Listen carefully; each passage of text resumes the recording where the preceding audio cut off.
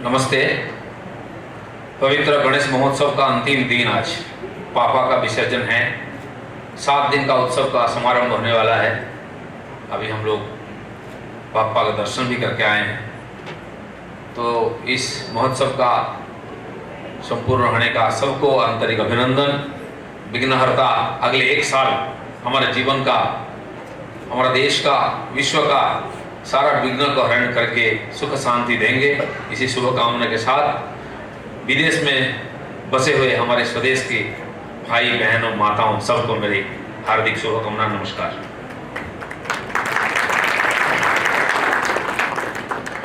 अपार आनंद हो रहा है। इतना दूर आने का बाद भी मुझे एक दिन के लिए नहीं लगा कि मैं बाहर हूं। 4-5 दिन हो गया, आज 8 तारीख को आया हूं, तभी से प्रोग्राम शुरू हो गया है। पहला 2 दिन क्योंकि मैं बंगाल से हूँ, इसलिए बांग्लादेश से जो प्रताड़ित हिंदू हैं वो यहाँ काफ़ी संख्या में हैं। 2 दिन उनके अंदर ही मेरा समय बीता। सुख दुख में उनके मंदिरों में गए, उनके घरों में भोजन किया, रहा उनके साथ। और हर एक दिन एक परिवार में रहने का ऐसा कार्यक्रम बनाए अपने मित्रों ने, वो भी एक बहुत बड़ी उपलब्धि है। हम संघ के प्रचारक हैं। 32 साल से मैं संघ का काम कर रहा हूँ। 32 साल पहले मैंने घर छोड़ा था। उस समय ठीक से मूंछ भी नहीं आया था, अब बाल भी पक गया है। लेकिन ये 32 साल जहां भी मैं गया, वेस्ट बंगाल में सुंदरबन जानते हैं आप, जो जिला में आता है, वहां भी रहा 11 साल। गांव में, जंगलों में, पहाड़ों में और समुद्र में। और एक शिल्पांचल होता है, औद्योगिक डिस्ट्रिक्ट आसनसोल दुर्गापुर, कई लोग जानते होंगे, वहां 3 साल रहा। कलकत्ता में रहा। फिर 8.5 साल मैं अंडमान निकोबार द्वीपों में रहा। सुनामी जिस समय हुआ, मुझे सौभाग्य बोलिए दुर्भाग्य बोलिए, मैं वहीं था। 10 द्वीपों में लोगों को सेवा करने का मौका मिला। 350 कार्यकर्ता अपने 2 महीना तक लगातार लोगों को सेवा पहुंचाया, जहां सरकार नहीं पहुंच सकती है। लेकिन कभी भी जहां भी गए समाज में, मुझे नहीं लगा कि मैं बाहर हूं घर से। मेरी माता जी को लगता था ये पागल है, कहाँ चला गया, खाता पीता नहीं है, कहाँ रहता है, साधारण तो लोग जो सोचते हैं। लेकिन बाद में उनको लगा कि नहीं, ठीक ठाक है। मुझे दुख से बोलती थी, आज यहाँ आने की जरूरत क्या है, साल में एक बार मिलने जाते थे। माँ बोलती, तुम्हारे लिए आज बहुत माता है, बहुत माँ है, तुमको यहाँ आने की जरूरत नहीं है। सच में हमारे समाज में हिंदू संस्कार जहाँ तक गया है, जब भी परिवार में जाते हैं लगता है कि ये तो हमारे ही है। इसलिए हम मजे में बोलते हैं कि एक बिस्तर में हमको लगातार 2 दिन सोना नहीं है, और एक थाली में लगातार 2 दिन खाना नहीं है। ये हमारी परंपरा, प्रचारक परंपरा में ऐसी ही है हर रोज। और वो परंपरा आज भी यहाँ अमेरिका में आकर के उसको निभाने का मौका मिल रहा है। हर दिन नए परिवार में जाना, रहना, खाना पीना, और उसी प्रकार महसूस हो रहा है। जबकि अलग अलग भाषा भाषी, अलग अलग बोली संस्कार के लोग हैं, लेकिन भाव एक है, प्रेम एक है। मुझे जबरदस्ती आज उत्सव में गया था एक परिवार में, प्रज्ञा जी का, खूब प्रेम से खिला रहे थे। मैं एक ही रोटी खाया, क्योंकि अब जान ही रहे हैं सबकी प्रेम का जो अत्याचार होता है ना, वो बहुत मुश्किल होता है। तो मैं बोला कि देखिए, आपका प्यार से, प्रेम से मेरा दिल भर गया है, पेट भर गया है, खाने के लिए जगह नहीं है। ये अनुभूति की बात है। पर दीदी से जब फोन से बात हुई तो मैंने बोला, कहाँ है, कैसा है, क्या है, आए मिले। तो लगता है एक परिवार से दूसरे परिवार में जाते हैं, जैसे घरों में अपने एक कमरा से दूसरे कमरे में जाने का जैसा अनुभूति होती है। हिंदू समाज ने युगों से सारा दुनिया को यही दिया है, वसुधैव कुटुंबकम। सारा विश्व वसुधा के रहने वाले सारे लोग हमारे कुटुंब है। केवल मनुष्य नहीं है, केवल हिंदू नहीं, केवल भारतीय नहीं है, पशु पक्षी पेड़ों तक, जिसके अंदर अनुभूति है, दुख कष्ट का होता है। इसीलिए हमारे शास्त्रों में कहा गया है, आप जानते हैं व्यासदेव ने बहुत सारा रचना की है शास्त्रों का, परमार संहिता, ये कब। तो लोगों को लगता है कि इतनी बड़ी पुस्तकें, इतने सारा कौन पढ़ेगा, उसका मर्म को उद्धार कौन करेगा, समाज को कौन सिखाएगा।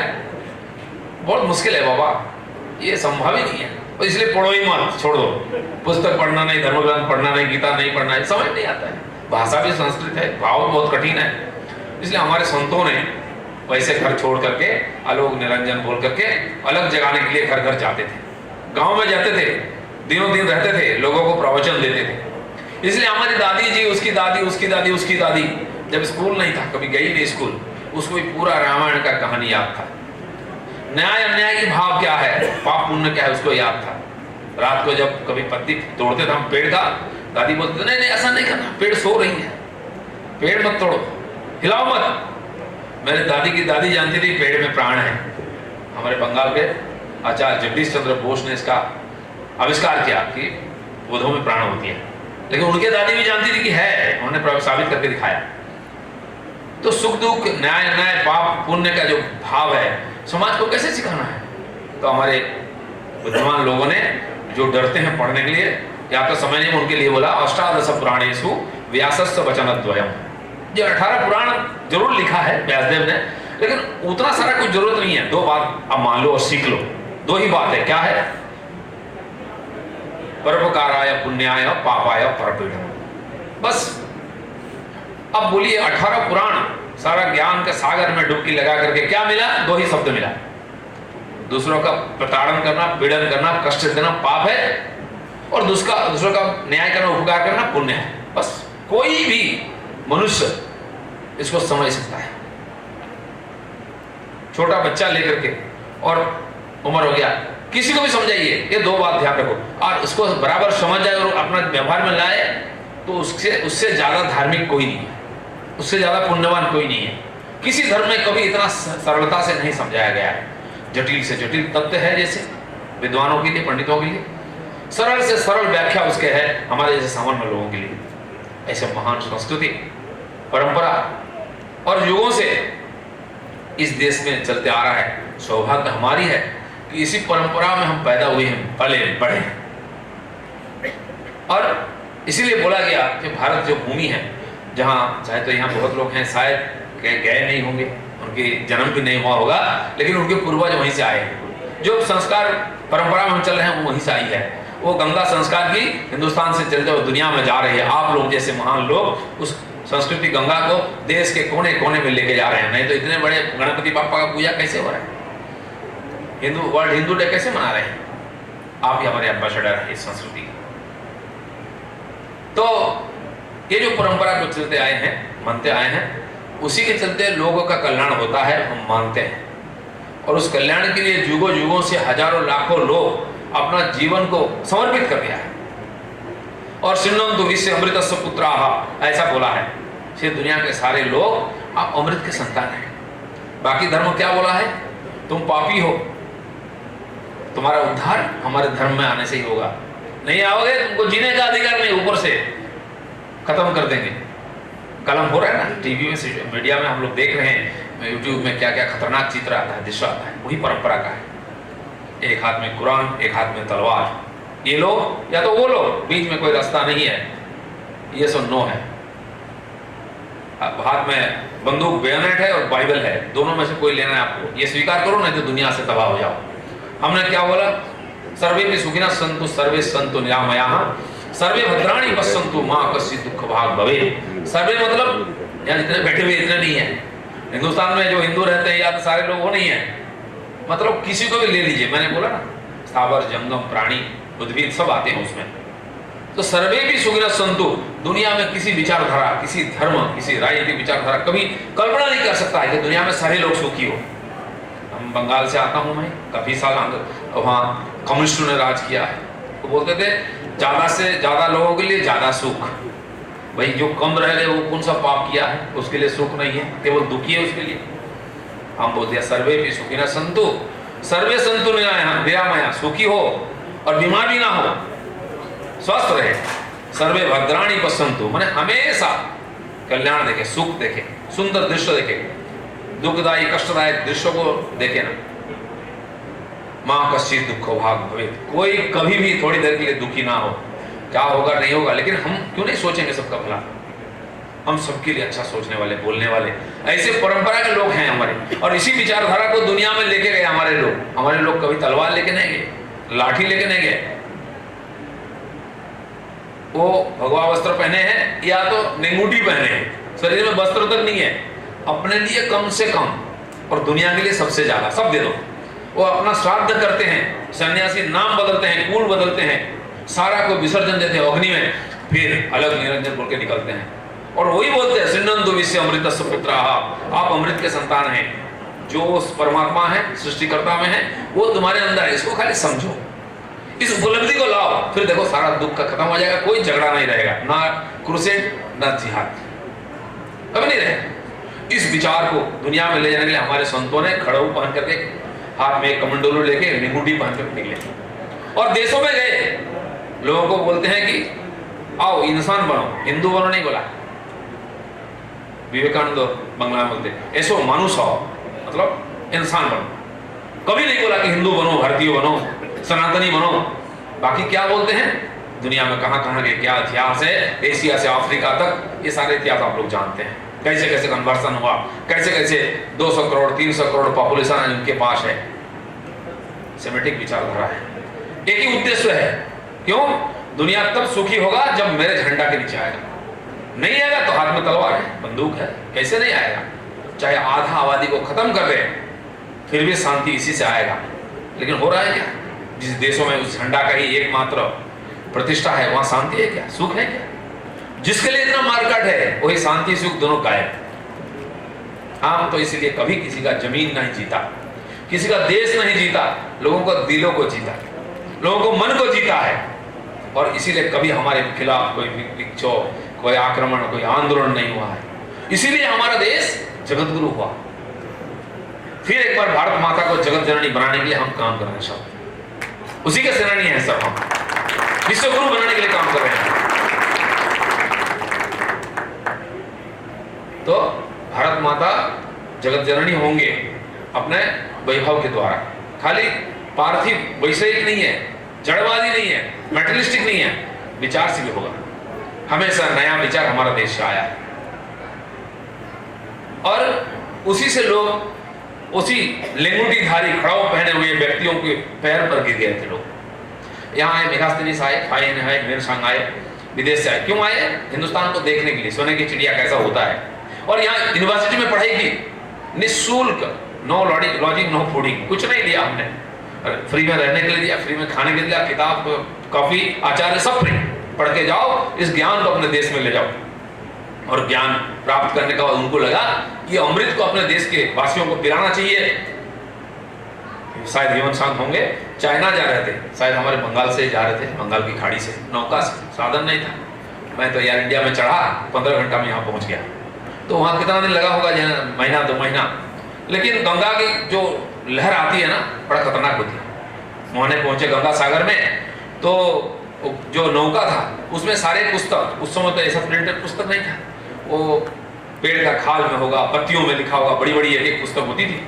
तो नौका भर गया है और वो अकेले, और एक किसी प्रकार से नैया को, जो नाव चलाने वाला, उसको पटा के ले गया। चलो चलो, हमारे गांव पास ही में है, बेचारा को कहाँ मालूम चाइना कहाँ है, चल दिया, पैसा मिले।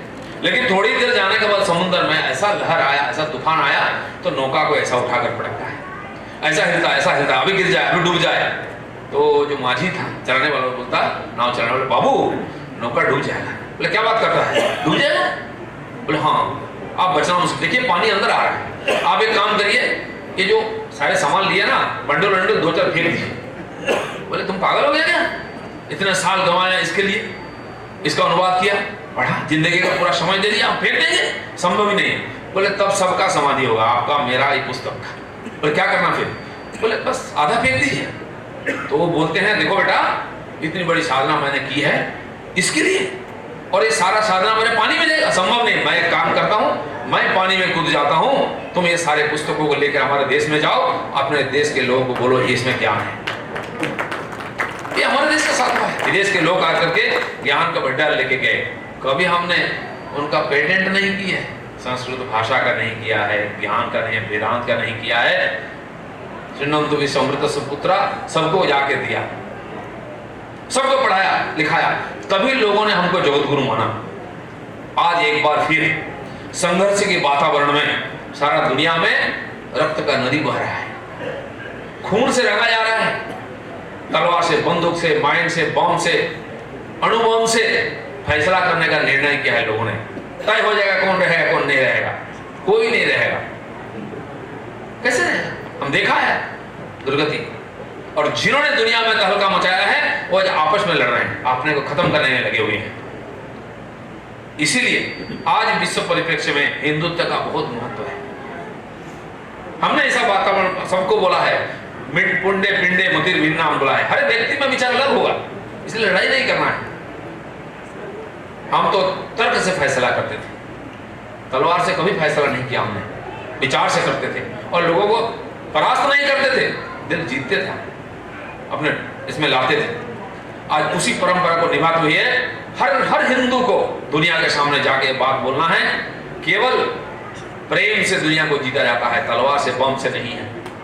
और आज आप जैसे भारत संतान लोग जो अपने परिश्रम से यहाँ आकर के आपको प्रतिष्ठित किया है, कष्ट से किया है, जैसे व्यक्ति जीवन में आप प्रतिष्ठित हुए हैं, अपने राष्ट्रीयता का, अपने परंपरा का, संस्कृति का, धर्म का भी झंडा यहाँ गाड़ी आप और लगभग गाड़ चुके हैं। मैं इतना दूर से आया था, पता नहीं कहाँ जाऊँ, क्या करूँ। लगता है कि हर एक में हमारे देश की संस्कृति झलकती है।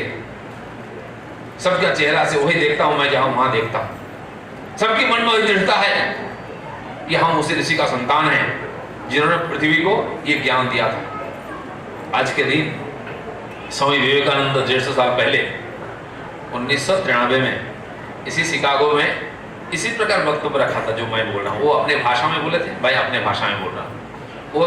वो भी 9/11/9 था। और आज दूसरा एक दुखदाई 2001 में एक प्रकार और एक आक्रमण हुआ अमेरिका का ऊपर, वो बड़ी दुखदाई है, उसका हम झेल रहे हैं दुख।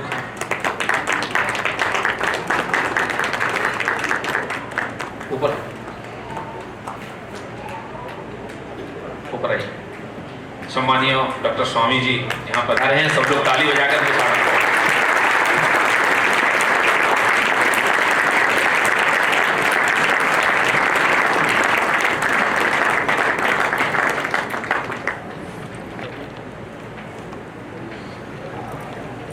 अपना अपना आसन ग्रहण कीजिए।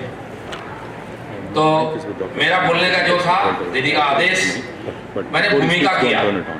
अब जानते हैं यहाँ के लोग भोजन करने से पहले कुछ ना कुछ ड्रिंक्स लेते हैं, स्टार्टर ये सब करते हैं। मुख्य भोजन से पहले कुछ ना कुछ पानी लेते हैं। तो स्वामी जी का भाषण शुरू होने पहले वही मैं आपको परोस रहा था। अब आगे मुख्य भोजन, इसलिए मैं विदा होता हूँ और अच्छा से अच्छा भोजन आपको परोसने वाले हमारे 2 महानुभाव हैं।